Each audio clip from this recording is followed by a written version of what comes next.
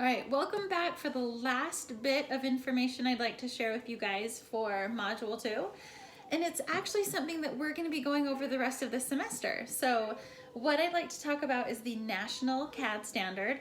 And really the National CAD Standard outlines what we'll be doing for the rest of the semester. So this is just an intro.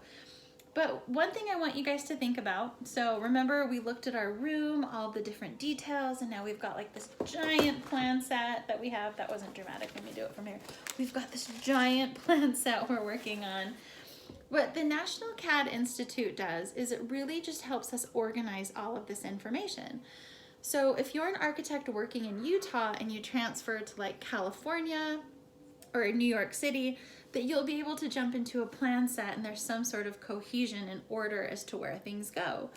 Because we've got lots of different drawing types that we'll be learning about over the semester.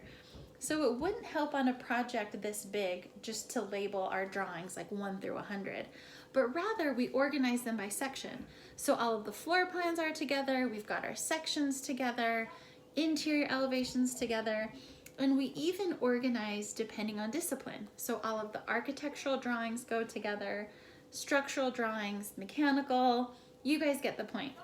So I'm going to be sharing as much free content with you guys from the National CAD Standard, and then the rest of it I'll just kind of jerry-rig and send to you. We do have a copy of it at school, but since this is an online class, it'll be a little bit tricky getting all of the information to you.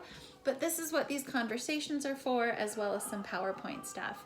So for this week, all I'm asking you guys to do is to hop on the National CAD Standard website, and I will give you guys a link. And I want you guys just to do a little reflection on one of the things that the National CAD Standards covers. So it covers a lot, and I'll give you guys a list. And at some point of the semester, I hope that that thing that you guys noticed will come up in this class, because from next week on, we're going to be going through all of these sheets and finding out how they're organized, what's on them, and what it means. So I'm excited to finally start talking about drawings, pull back a little bit from the legalese. So that was just a little bit of an intro. Sorry, the sun's going down and I look dramatic, maybe too dramatic. Oh my gosh, I'm not going to move from right here. It's a beautiful sunset, but makes for a weird video. But with that, just to let you guys know, I wanted to at least give you guys somewhat of a background on what it takes to be an architect, why it even matters to know what an architect is, who makes the rules, and then the Specification Institute. As we go through our plans, we will be looking at some of the complementary spec sections as well. So I think it'll be a really good foundation to get us started into the rest of the class.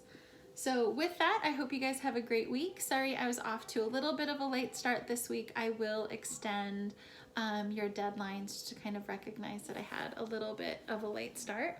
If you have any questions, send me a message on Canvas. And if you guys are ever on campus, come say hi. Again, I'm in the technology building. My office is 307D, and I teach in lab 305. So if you ever want to pop in and say hi, say hello and introduce yourself. Thanks guys, have a great week.